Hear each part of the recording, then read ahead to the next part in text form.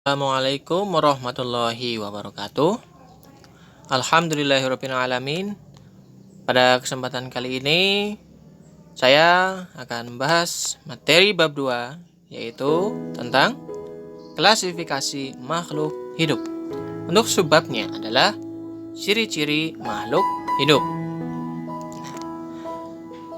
Tonton sampai selesai ya, karena nanti di video ini akan tertera kode babnya, dan nantinya itu sebagai bukti bahwa kalian sudah menonton dari awal sampai akhir.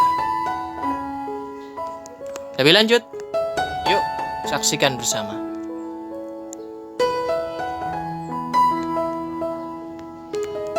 Nah, apa perbedaan kerbau dengan ayam? Apa ya kira-kira perbedaannya? Ada yang tahu? Ayam, kerbau. Nah, dari wujudnya aja udah berbeda ya. Tuh. Ayam itu bertelur, iya betul. Kalau kerbau itu? Kerbau itu melahirkan atau beranak. Tuh. Nah, kenapa mereka semua harus dikelompokkan? Selain ayam dan kerbau tadi, ada juga beberapa makhluk hidup yang dikelompokkan. Seperti halnya sayuran tuh, dikelompokkan supaya lebih mudah dilihat, enak dipandang juga. Buah-buahan juga dikelompokkan, sayur-sayuran lagi. Ada kelompok mamalia dikelompokkan. Ada kelompok burung dikelompokkan. Ada juga kelompok reptil. Tujuannya ya tadi supaya mudah dipelajari. Itu tujuan dari pengelompokan. Nah, yang selanjutnya adalah pengertian makhluk hidup. Makhluk hidup itu apa ya kira-kira? Ada yang tahu? Makhluk hidup merupakan makhluk yang memiliki ciri-ciri kehidupan untuk berevolusi atau mengalami perkembangan bentuk hidup. Nah, jadi dari pengertian itu kalian muncul nggak pertanyaan? Terus makhluk hidup itu ciri-cirinya gimana? Kayak gitu, ada nggak? Nah, saya yakin ada ya. Nah, ciri-ciri adalah hal yang membuat kita berbeda dengan orang lain. Contohnya, Dina berbeda dengan Doni. Kalkulator berbeda dengan HP. Nah, ciri-ciri merupakan hal-hal tertentu yang spesial dan unik dari sesuatu atau seseorang. Nah, ciri-cirinya bagaimana? Yuk kita simak bersama. Yang pertama adalah terdiri dari sel-sel hidup. Semua makhluk hidup terbentuk dari sel hidup atau protoplasma. Protoplasma berupa bagian yang kompleks dan memiliki aktivitas. Tuh, makanya dikatakan hidup karena memiliki aktivitas. Sel-sel hidup memiliki proses metabolisme di dalamnya, dan apabila mereka berkumpul jadi satu, menjadi kumpulan sel disebut dengan jaringan. Nah, jaringan berkumpul jadi satu menjadi kumpulan jaringan, namanya organ. Organ berkumpul jadi satu menjadi kumpulan organ disebut dengan sistem organ. Nah, sistem organ berkumpul jadi satu lagi, maka terbentuklah yang namanya organisme atau makhluk hidup atau individu. Itu ya. Jadi dapat disimpulkan bahwa semua sel-sel ini hidup. Berbeda tuh dengan yang namanya batu. Nah, kamu tahu batu? Batu itu juga terdiri dari beberapa sel atau ratusan sel bahkan. Akan tetapi sel-selnya itu mati. Sehingga yang namanya batu, kalau ukurannya sekepalan tangan, ya tetap segitu. Mau sampai berapa puluh tahun pun ukurannya tetap sama. Karena batu itu benda mati dan sel-selnya juga mati. Ciri yang kedua adalah membutuhkan energi. Nah, tuh, waduh, makanya lahap sekali ya. Jadi, kita sebagai makhluk hidup pasti butuh energi atau tenaga untuk melakukan segala aktivitas. No energy, no life. Ya, seperti itu kurang lebihnya ya. Tanpa energi kita akan menjadi lapar dan lemas. Ya, pasti sekali. Saya juga seperti itu. Ketika energinya habis, lapar sekali rasanya dan lemas, pengennya tidur. Dari mana datangnya energi? Ya tentu saja dari makanan yang kita peroleh. Makanya yang namanya makhluk hidup pasti butuh makan untuk mendapatkan energi.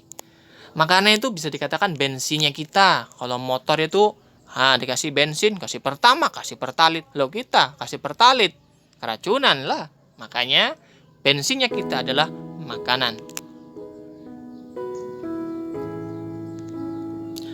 Di antara jenis-jenis organisme, tumbuhan itu yang paling unik daripada yang lain.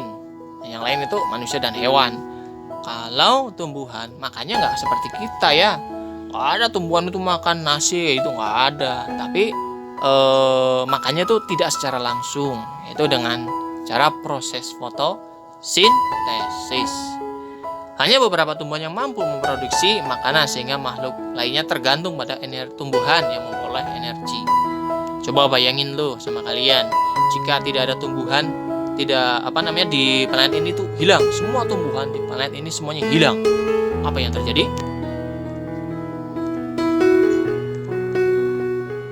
Apa coba? Maka seluruh kehidupan yang ada di bumi ini akan ikut menghilang. Itu yang terjadi. Karena manusia dan hewan sangat bergantung pada tumbuhan. Kita butuh bayam, ya tumbuhan. Butuh nasi, ya tumbuhan. Butuh jagung, ya tumbuhan. Semuanya tumbuhan. Hewan butuh rumput, butuh. Tuh. Loh Pak, kalau singa gimana? Singa makan daging. Nah daging itu berasal dari mana? Misalnya dari kambing. Nah kambing makan rumput, rumputnya hilang. Kambingnya hilang. Nah kambingnya hilang, singanya hilang, harimaunya hilang. Itu. Lanjut. Ciri makhluk hidup yang selanjutnya adalah bernafas. Nah, bagaimana sih proses bernafas itu? Nah, ini nih. Ya begitu tuh. Jadi menghirup dan mengeluarkan udara. Atau istilahnya ada ekspirasi dan inspirasi. Ekspirasi itu mengeluarkan udara. Kalau inspirasi itu menghirup udara. Waktu kita menarik napas dalam-dalam lalu menghembuskannya, begitu. Nah, saat itulah sebenarnya kita sedang bernafas. Tuh. Dan ketika kita membuangnya, nah itu berarti karbon dioksida yang keluar. Oksigen dan karbon dioksida merupakan komponen udara tuh. Nah, Pak, di udara kan komponen udara macam-macam. Ada misalnya nitrogen dan sebagainya. Apakah itu masuk ke dalam tubuh kita? Nah, itu enggak. Jadi disaring oleh tubuh kita. Yang kita serap hanya oksigennya saja dan gas-gas yang tidak diperlukan dikeluarkan kembali. Begitu ya. Apa fungsi dari oksigen sehingga kita harus terus menghirup oksigen untuk bernafas? Apa coba? Salah satu fungsi oksigen adalah untuk membakar bahan makanan. Ibaratnya oksigen itu kayak pembakarnya gitu. Tubuh kita telah dilengkapi alat super canggih itu untuk bernafas. Begitu pula dengan makhluk hidup lainnya. Akan tetapi berbeda dengan tumbuhan ya. Sedikit berbeda. Tumbuhan itu bernafas melalui mulut daun atau stomata dan juga melalui lentisel. Itu tumbuhan. Kalau hewan daratan ini bernafas dengan paru atau trake, ya. Kalau manusia bernafas dengan apa? Hidung, Pak. Ya, betul, tapi masuknya ke paru-paru. Hewan air bernafas dengan insang. Bahkan hewan bersel satu juga mampu bernafas. Apa contohnya? Apa coba? Contohnya bakteri ya, itu juga bernafas, akan tetapi alat pernafasannya khusus. Tuh.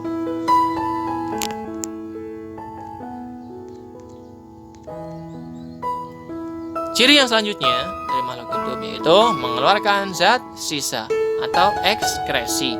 Alat ekskresi pada manusia ada 4 tuh. Ada paru-paru, hati, ginjal, dan kulit. Ekskresi berkaitan dengan proses menghasilkan dan menggunakan energi. Nah, kalau pada tumbuhan, nih pengeluarannya lewat stomata. Jadi satu jalur ya. Tadi bernafas juga lewat stomata, mengeluarkan zat sisa juga lewat stomata. Zat yang harus dikeluarkan nih pada proses ekskresi khususnya pada hewan atau manusia. Yang pertama kulit. kulit itu mengeluarkan keringat. Nah, di keringat rasanya asin karena ada garam. Keringat bentuknya apa? Air. Jadi kelebihan air dan garam dikeluarkan melalui keringat. Melalui kulit melalui kulit berupa keringat. Yang kedua adalah paru-paru. Paru-paru mengeluarkan karbon dioksida. Selain karbon dioksida, paru-paru juga mengeluarkan air.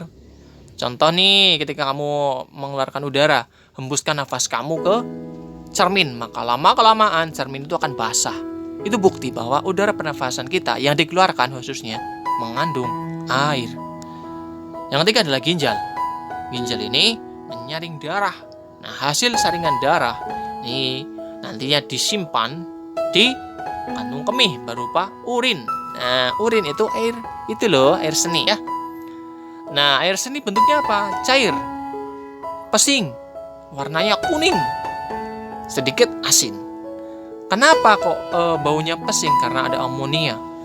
Kenapa warnanya kuning? Karena ada zat warna sisa-sisa empedu. Kenapa kok bentuknya cair? Ya karena emang ada kelebihan air yang dibuang di situ dan rasanya asin sedikit aja. Itu karena ada garam. Tuh. Dan satu lagi hati ya. Hati ini mengeluarkan zat warna empedu yang nantinya dikirim ke ginjal gitu. Ciri yang selanjutnya adalah bergerak.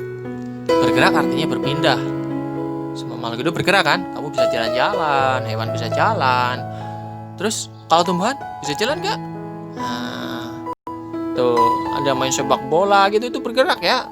Gajah jalan, ikan juga jalan. Nah kalau tumbuhan ini geraknya namanya gerakan di tempat. Jadi yang namanya bergerak itu ada dua, ada gerak aktif dan gerak pasif. Gerak aktif artinya gerak berpindah tempat. Gerak pasif berarti gerak di tempat. Lupa kalau tumbuhan sih yang bergerak apanya? Yang bergerak adalah ujung akar dan ujung batang. Ujung daun pun sama. Jadi pergerakannya itu di tempat akan tetapi semakin panjang atau semakin tinggi atau kalau daun semakin lebar. Nah, hewan atau manusia, alat geraknya ada yang berupa kaki, ada yang berupa sirip, ada yang berupa sayap. Kalau contohnya tahu ya.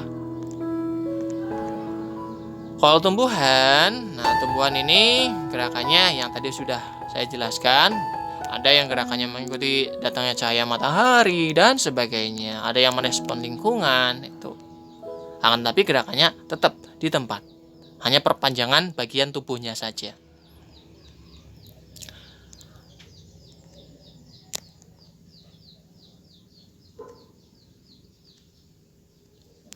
Ciri yang selanjutnya adalah sensitif terhadap lingkungan. Nih, makhluk hidup itu sensitif terhadap lingkungan atau istilah lainnya itu pekat terhadap rangsangan. Nih, contohnya itu gambar apa itu? Daun.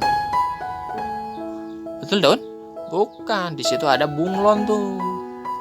Tuh. Apa sih maksud dari bereaksi? Nah, itu makhluk hidup itu merespon pengaruh lingkungannya dengan cara bergerak, berubah warna atau perubahan ukurannya. Tadi contohnya bunglon tuh. Jadi kulitnya itu beradaptasi dengan lingkungannya untuk apa? Melindungi dari predator. Nah, dan selanjutnya ini apa itu? Putri malu ya. Nah, putri malu atau Mimosa pudica itu nama ilmiah. Bergerak menutup apabila disentuh. Ini namanya pergerakan tigmonasti. Lanjut. Ciri yang ketujuh dan yang terakhir, menyesuaikan diri dengan lingkungan. Nah, masuk kandang kambing mengembi supaya aman, ngembek gitu ya. Masuk kandang harimau ngaung gitu. Artinya apa? Kalau mau diterima di satu lingkungan atau di suatu lingkungan, kita harus bisa menyesuaikan diri. Ini prinsip utama untuk bertahan hidup dan seharusnya semua makhluk hidup mampu menyesuaikan diri dengan lingkungan tempat tinggalnya. Penyesuaian ini bisa saja terhadap suhu, cahaya, atau udara. Nah, contohnya ada unta tuh. Nah, kalian tahu unta ya? Nah, di Arab nih biasanya terkenalnya ya. Ini biasanya hidup di gurun pasir. Unta itu biasanya kalau sekali minum itu bisa berliter-liter. Tuh. Nah, terus eh, apa namanya? Cara untuk adaptasinya gimana sih unta? Nah, unta itu mempunyai punuk. Punuk itu sebenarnya kelenjar lemak ya, bukan air loh, jangan salah kira. Nah, selama di padang pasir yang kering, jadi punuk itu selain minum banyak air, juga cadangan lemaknya banyak berada di punuknya. Ketika di padang pasir itu nggak ada makanan, maka lemaknya yang ada di punuk itu digunakan untuk sumber energi. Tuh ya. Lanjut. Selain tadi apa namanya onta, ada juga nih tanaman kaktus ya. Tuh. Kaktus itu wah hidupnya di daerah yang ekstrim sekali. Tapi dia bisa hidup. Kenapa? Karena ada adaptasi di bagian daunnya. Tuh. Ada bagian daun kaktus ini berapa ya? Jadi berubah menjadi duri untuk mengurangi penguapan.